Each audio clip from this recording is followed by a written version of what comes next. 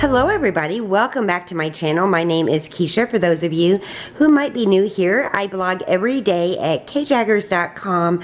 The link is below. So I am back to show you how I make my $1 million pasta. It's pretty much, in my opinion, like lasagna within pasta. It's very simple to make, and I'm going to show you exactly how to do it. So let's start with the ingredients. You're going to need about a pound of some type of lean ground beef, ground chuck, whatever you really prefer.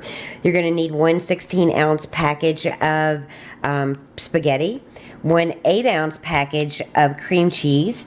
You're also going to need about 1/4 of a cup of sour cream. You're going to need, I use about a entire container of cottage cheese in mine. You could use about half of it and probably get away fine, but you know, some cottage cheese. You're going to need some pasta sauce. I always go for a little bit more. I like the larger bottle of it. Salt and pepper, a little bit of olive oil, whatever oil you have, some garlic powder, and some Italian herbs.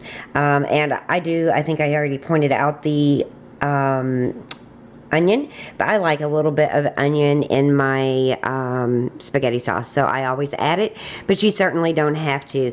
And then you're going to want some cheeses to top it with. So I have just a little bit leftover mozzarella and some Kobe, and I'm going to use both on top. So the first thing you want to do is make sure you have a baking dish ready, and I always like to spray it just so, you know, if anything sticks, it comes out easy. And you're also going to want to preheat your oven to 350 degrees. I forgot to mention, you will need 1 stick of butter just cut in little pats. Okay, so I diced up my onion, and if you have kids, you really probably want to dice it super small so they don't complain too much about the onion. If it's not in huge pieces, most of the time they don't notice. I also have our skillet here heating up. I'm adding a little bit of olive oil. I'm going to add in those onions and saute them.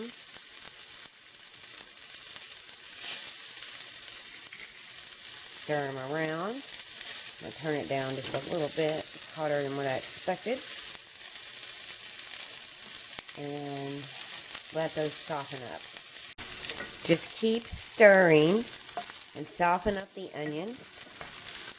I have a new stove, you guys. I'm still trying to figure out how to cook on it because every stove is different. And this was on a 4 for just a couple minutes and it got super hot. So once these are sauteed, I'm going to add in the hamburger meat, just like you're making a regular spaghetti. And I got a pot on coming to a boil for the pasta. So just make your spaghetti like you normally would. So for the pasta, I always like to drizzle a little bit of olive oil in the water and salt the water, which I've already done. And then I'm going to add the entire package of spaghetti. Get in there.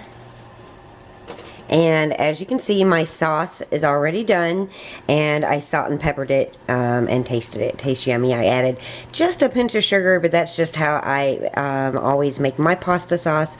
You certainly don't have to use a jar of pasta sauce. You can have your own.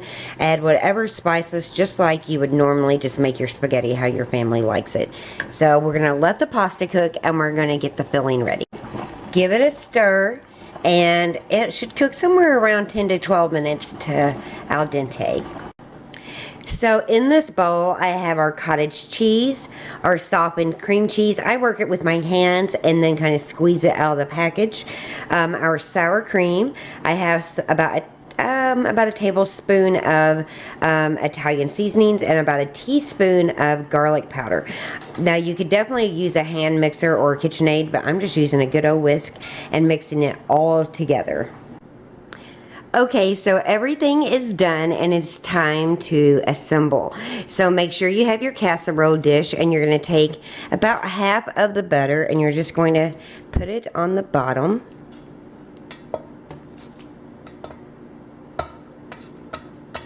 There we go. And then we're going to add half of our pasta noodles.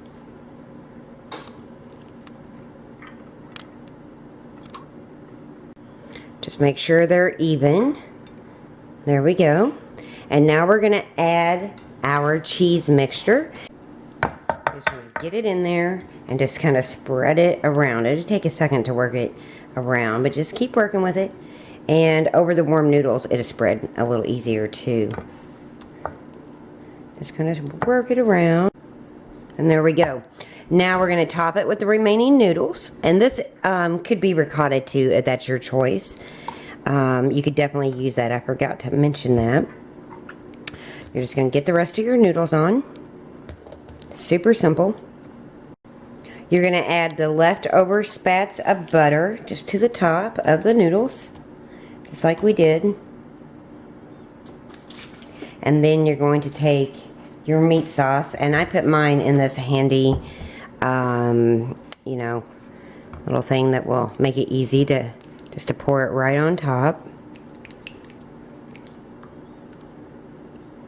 We'll spread it a little more even with a spoon. So now all you do is cover it with foil and bake it for 30 minutes at 350 degrees. During that time, if you're going to be grating up cheese, grate it up. Otherwise, you could just use the kind of cheese I'm using, or one of the kinds, mozzarella. You could use yellow and white, just white, whatever you want.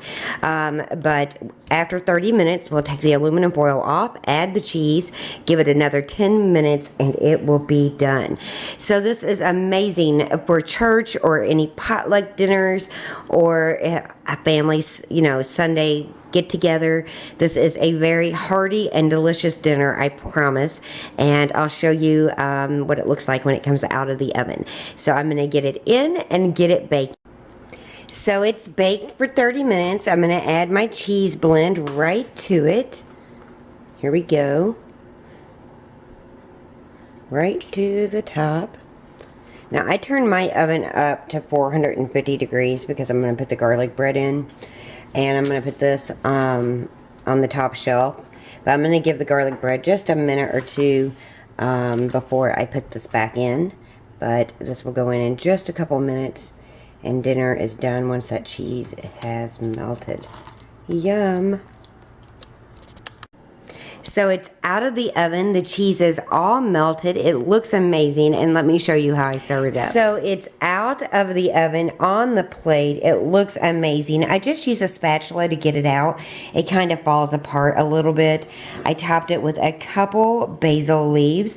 I'm serving it up with just a very simple salad of tomatoes, lettuce, and cucumbers, and some garlic bread. So I think if you give this a shot, it will definitely be a hit in your family. It certainly is one in my family. You can add whatever kind of cheese you like to the top. I like a little bit of a mix. And if you have any questions or comments, be sure to leave those below. You can find the recipe in full on my blog at kjaggers.com. I also pin everything, and you can find more on Pinterest, obviously. So thank you so much for watching. If you've enjoyed this video, please give me a thumbs up, and don't forget to subscribe for more videos so you don't miss any. Thanks again. Bye-bye.